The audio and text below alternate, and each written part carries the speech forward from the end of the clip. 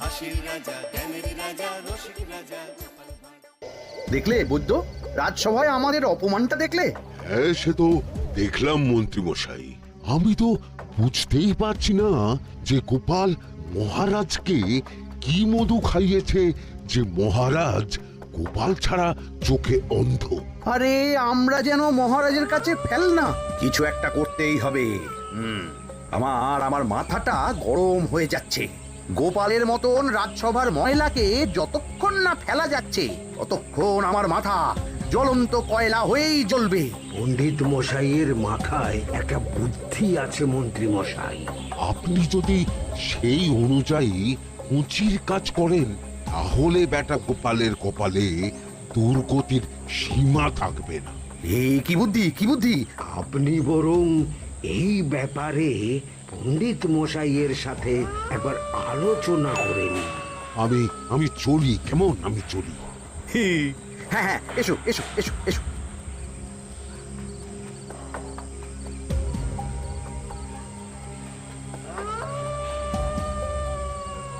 আরে ওই তো আমার বাঁ হাত ঘটা আসছে, বেটাকে দিয়ে একটা কাজ করাতে হবে। এ কি মন্ত্রী মশাই, আপনি এখানে দাঁড়িয়ে কি করছেন? এই একটা গুরুত্বপূর্ণ ব্যাপারে কথা বলছিলাম। একটা একটা কাজ করতে পারবি? কি কাজ করতে হবে বলুন মন্ত্রী মশাই। আমাকে একটু ঠান্ডা জল, পাতিলেবু আর পুদিনার পাতা দিয়ে শরবত বানিয়ে খাওয়াতে পারবি? সেসব আমার ঘরে ব্যবস্থা করাই আছে। চলুন চলুন, আমার সাথে চলুন। হ্যাঁ হ্যাঁ, চল চল চল চল চল।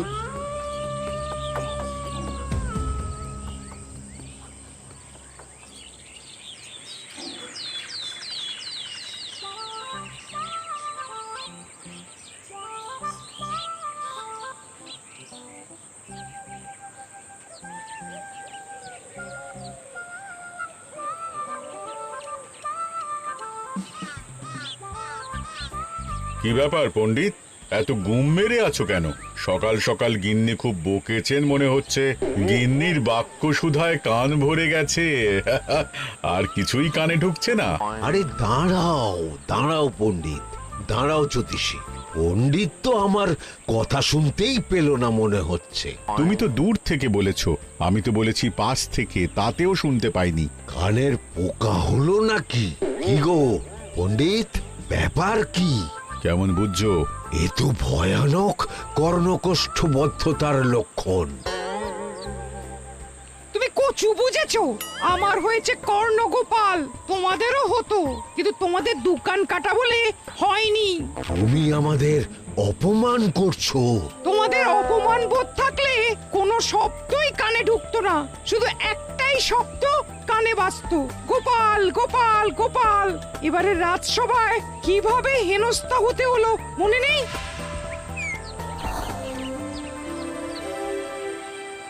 মহারাজ, একটা ভিক্ষা আছে।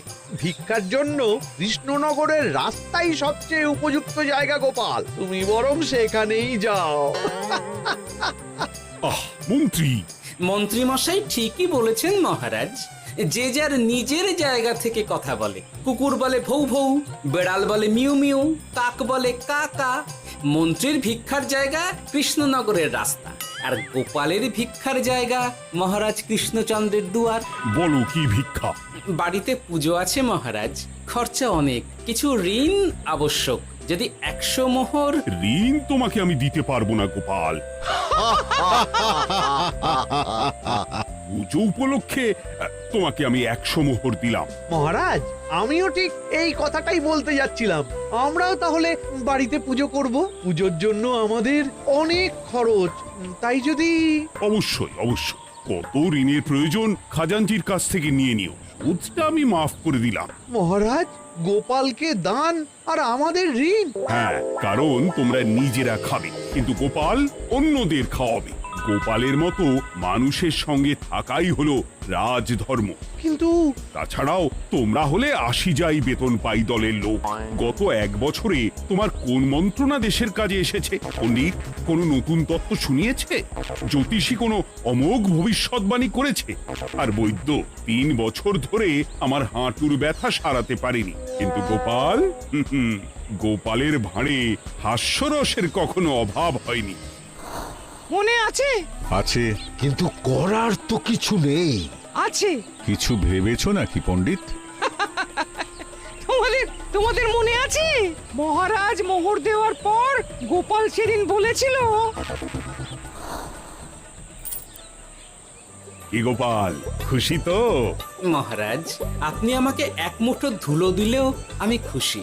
সেই ধুলো মুঠোই আমি সোনা মুঠো করে ফেলবো। মনে নেই আবার? একটু ঝেড়ে কাশো তো দেখি পণ্ডিত, কি ভেবেছো? যা হবে দেখতেই পাবে।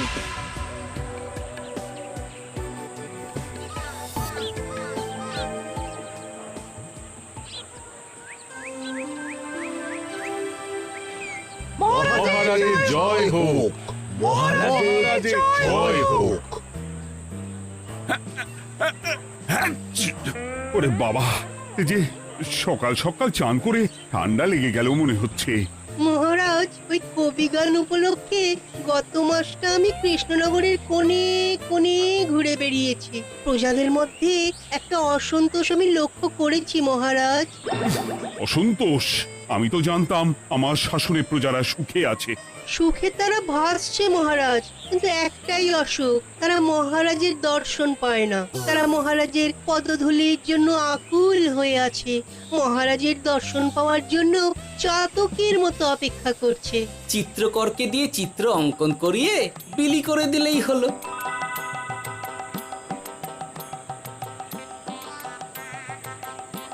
খুব ধুলো হয়েছে মহারাজ, কিন্তু এত ধুলো। কালকের ঝড়ে ঢুকেছে। ঝাড়ুদার,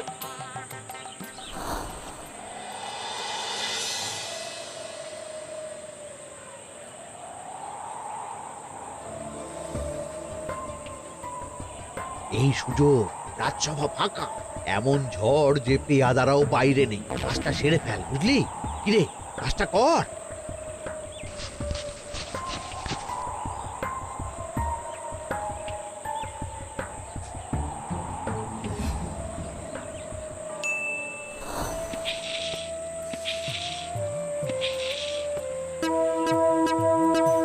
এত ধুলো! উফ, মহারাজ, কাল ঝড়টা বড় সাংঘাতিক হয়েছিল। তা বটে। আচ্ছা গোপাল, তুমি বলেছিলে মহারাজ তোমাকে এক মুঠো ধুলো দিলেও সেটা সোনা হয়ে যাবে। এখনো সেই কথাই বলছি। মন থেকে বলেছিলে না মহারাজকে তেল দেবার জন্য? তেল দেওয়ার দায়িত্বটা তো আপনি নিজের কাঁধেই নিয়ে ফেলেছেন। আমি যা বলি সত্যি বলি। আজ যদি এই 4 ঝুড়ি ধুলো মহারাজ তোমাকে উপহার দেন, তখনও একই কথা বলবে? নিশ্চয়ই। মহারাজ, গোপালকে এই 4 ঝুড়ি ধুলো দেওয়ার হুকুম হোক। কি গোপাল, আমি তোমাকে যদি এই ধুলোর ঝুড়িগুলো দিই, তা থেকে সোনা আসবে নাকি? আসবে মহারাজ, মোহরের বস্তা আসবে। যদি না আসে, আপনি বলুন। তোমাকে কৃষ্ণনগর ছেড়ে চলে যেতে হবে। রাজি? আর যদি আমি পারি, তাহলে আপনাকে এই মন্ত্রীর চাকরি ছেড়ে দিতে হবে। কি রাজি? কি মন্ত্রী, রাজি? রাজি। গোপাল? রাজি মহারাজ। আচ্ছা, আর কেউ মন্ত্রীর পক্ষে বাজি ধরেছেন নাকি? হ্যাঁ, আমি আমি আমি আমি। ও গোপাল এবার যে মরণ কুয়োতে ঝাঁপিয়েছে, সেখান থেকে আর উঠে আসতে পারবে না। ধুলো থেকে মোহরের বস্তা আসবে, এ হচ্ছে ওই গোপালের উন্মাদ রোগের শুরু। দেমাক দেমাক, মহারাজের পিঠ চাপড়ানি পেয়ে পেয়ে গোপাল ভেবেছে যে ও সব কিছু করতে পারে। এবার শুধু সেই দিনটার অপেক্ষা, যেদিন গোপালকে উল্টো গাধায় চড়িয়ে কৃষ্ণনগর থেকে বার করে দেব। এতটা নিশ্চিন্ত হবেন না মন্ত্রীমশাই। গোপাল কিন্তু হালকা কথা ছুঁড়ে দেওয়ার লোক নয়। কি বলতে চাইছো পণ্ডিত? ওই 4 ঝুড়ি ধুলো থেকে মোহরের বস্তা আসবে? না, তা বলছি না।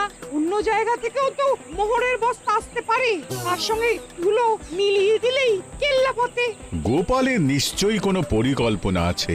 গোপালের সব পরিকল্পনার গোড়া মেরে রেখে দিয়েছি পণ্ডিত। ঘটা আছে গোপালের পেছনে, আর ঘটা আছে গোপালের বাড়ির পাহারা। লুকিয়ে কিচ্ছু করতে পারবে না। আরে ওই তো বটা আসছে। বেল্লিক, উল্লুক, তোকে আমি জল বিছুটি দেওয়াবো। গোপালকে ছেড়ে চলে এসেছিস কেন? ছেড়ে আসবো কেন মন্ত্রী মশাই? গোপালকে ওর বাড়ির সামনে ছেড়ে এসেছি। ওখানে তো ঘটা আছে। বড্ড ঘুরিয়েছে বেটা। কোথায় কোথায় গিয়েছিল গোপাল?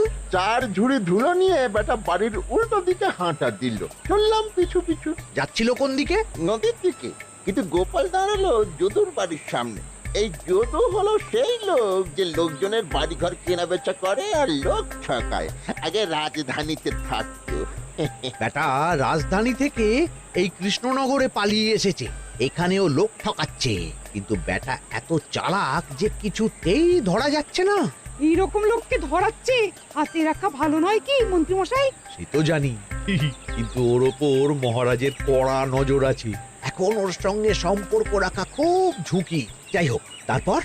হ্যাঁ, তারপর যদু, যদু রে, গোপাল খুড়ো, আরে তুমি এখানে কি করছো? দেখতেই তো পাচ্ছিস ধুলো, তবে যে সে ধুলো নয়, মহারাজ কৃষ্ণচন্দ্রের পদধূলি। শুনিসনি বোধহয় এখন কৃষ্ণনগরে সবচেয়ে বেশি চাহিদা মহারাজের পদরেণু। আচ্ছা, মহারাজের পদরেণু নিয়ে যাচ্ছ কোথায়? এই ছোট ছোট পুলিন্দায় ভরে কৃষ্ণনগরের প্রত্যন্ত জায়গায় যেখানে প্রজারা মহারাজের সাক্ষাৎ পায় না সেখানে বিক্রি করব। তোমার কি মাথা খারাপ? এর ধুলো বিক্রি হবে? ওরে, গতবারে মাত্র 1 ঝুড়ি ধুলো 1000 মোহরে বিক্রি করেছিলাম, এবারে 4 ঝুড়ি। শোনো, তুমি আবার ঘুরে ঘুরে বিক্রি করবে কেন?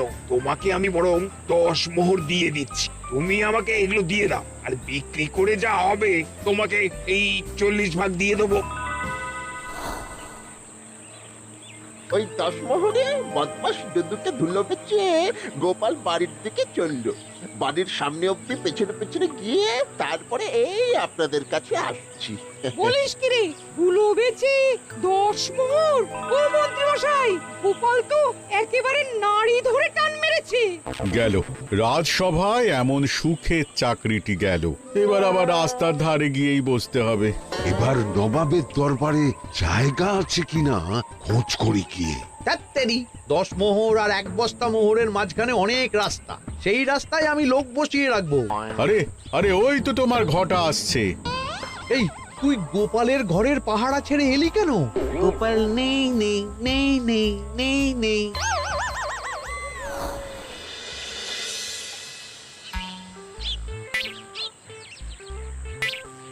আরে, ভয় পেলি নাকি?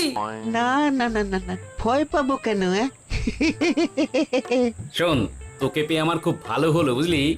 তোকে আমার একটা কাজ করতে হবে। বলো বলো। আসলে বুঝলি, আমার না গিন্নিকে নিয়ে তার বাপের বাড়ি যাওয়ার কথা ছিল, কিন্তু হঠাৎ বিশেষ কাজে আমাকে খামবাজে চলে যেতে হচ্ছে। এখন আমি গিয়ে গিন্নিকে বললে বুঝতেই পারছিস কুরুক্ষেত্র হয়ে যাবে একেবারে। তাই আমি কাউকে খুঁজছিলাম যে আমার বাইরে যাওয়ার খবরটা আমার গিন্নিকে গিয়ে দেবে। তুই পারবি বাবা ঘটা? ওরে বাবা! আরে আরে আরে, ভয় পাস না, তোকে গিয়ে মুখে কিছু বলতে হবে না। এই নে, এই চিঠিটা আমার বউকে দিবি।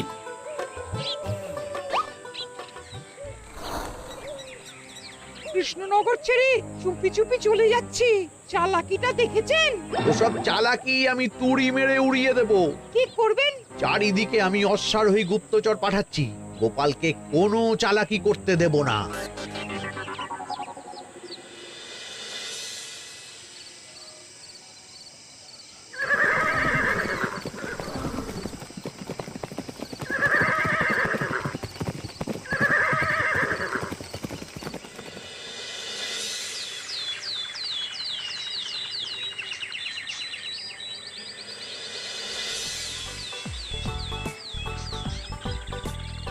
অং বং পিং পং। হ্যাঁ, ওরে বাপ রে, এ আবার কি বলে? মানে বুঝিতে পারিলে না? অং বং পিং পং অর্থাৎ আইসো আমার নিকট বিদেশি জাদু শরবত আছে, ইহাতে তৃষ্ণা নিবারিত হয়, শক্তি বৃদ্ধি হয়, ঘুম ভালো হয়, সম্পর্কের উন্নতি হয়, জামা কাপড় ফর্সা হয়, তু শব্দ না করে সকাল সকাল কষ্ট পরিষ্কার হয়, মূল্য মাত্র 1 মোহর। বোঝো, ওইটুকু অং বঙ্গের মধ্যে এত কিছু? ঠিক আছে, তা দাও দেখি। আপাতত টেস্টটা তো মিটু, বাকিগুলো পরে বোঝা যাবে।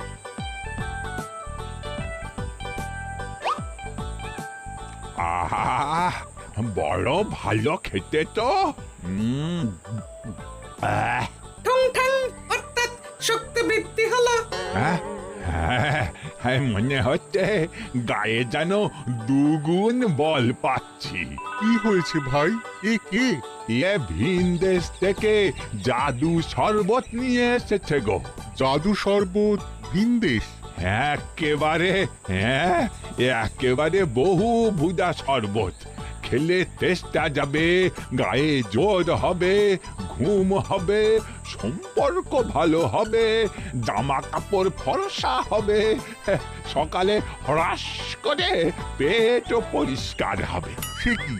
দাও গো ভাই, আমাকেও দাও। গুড় জল, সঙ্গে একটু ভাজা মশলা, আমচুর আর বিট নুন, শুদ্ধ দেশি জিনিস। জানলে কেউ ছুঁয়েও দেখতো না, কিন্তু একটু বিদেশি গন্ধ দিতেই একেবারে হট্ট মেলা। আরে তোমরাও এসেছো দেখছি। সং সং শঙ্কা, লং লং লঙ্কা। মানে? অর্থাৎ এই শরবত খেলে আর শঙ্কা নাই, বুদ্ধি লঙ্কার মতন ঝাল হয়ে যাবে। তারপর ডং ডং ডঙ্কা, টং টং টঙ্কা, ফাইন ফাইন, অর্থাৎ টাকা আসবে আমার কাছে।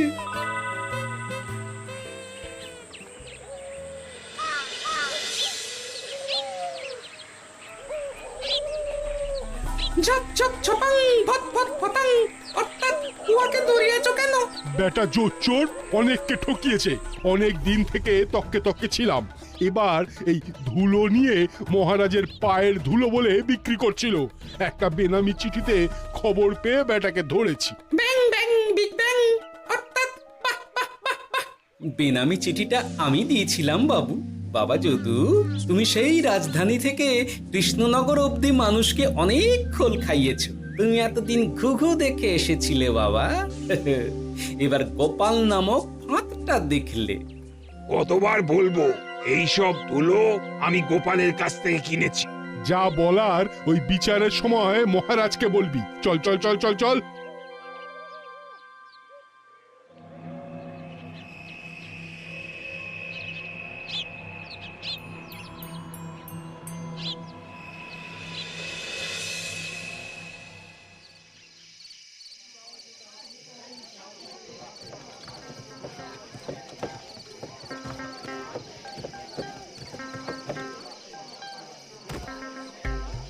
ঝন্টু মন্টু ননাংফু।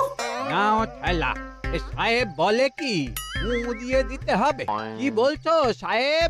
বুঝতে পারছি না, কোথায় ফু দেব? ঝন্টু মন্টু ননাংফু, অর্থাৎ লবণ আছে? আছে আছে সাহেব আছে। কত লাগবে? ভান্ড ভরি আন্ডাকারি, অর্থাৎ যা আছে সব।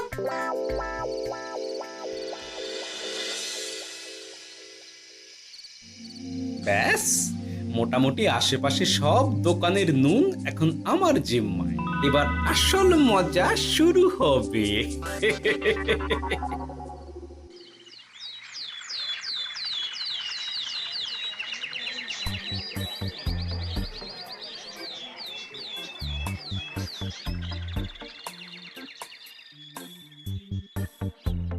নুন আছে?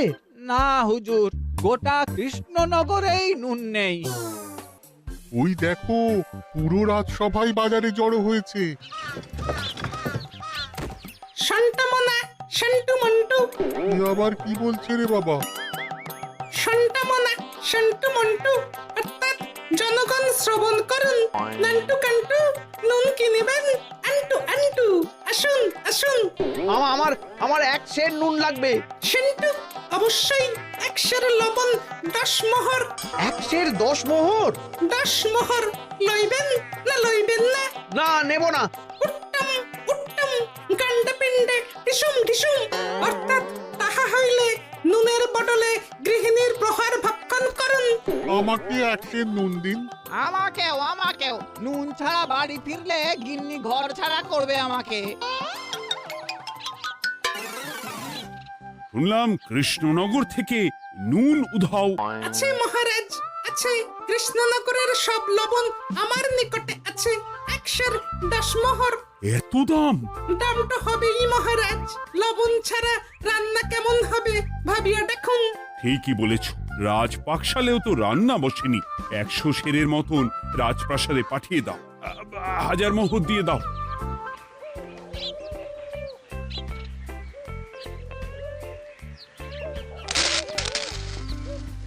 ব্যাস 1 বস্তা মোহর হয়ে গেছে।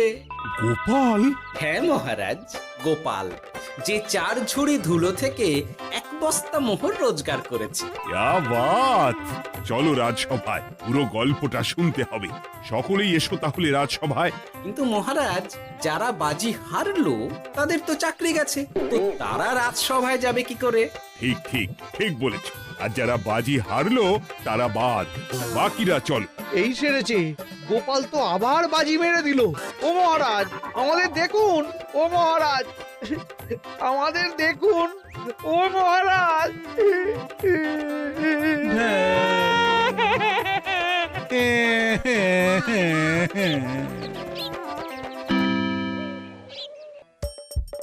হাসির রাজা জ্ঞানের রাজা রসিক রাজা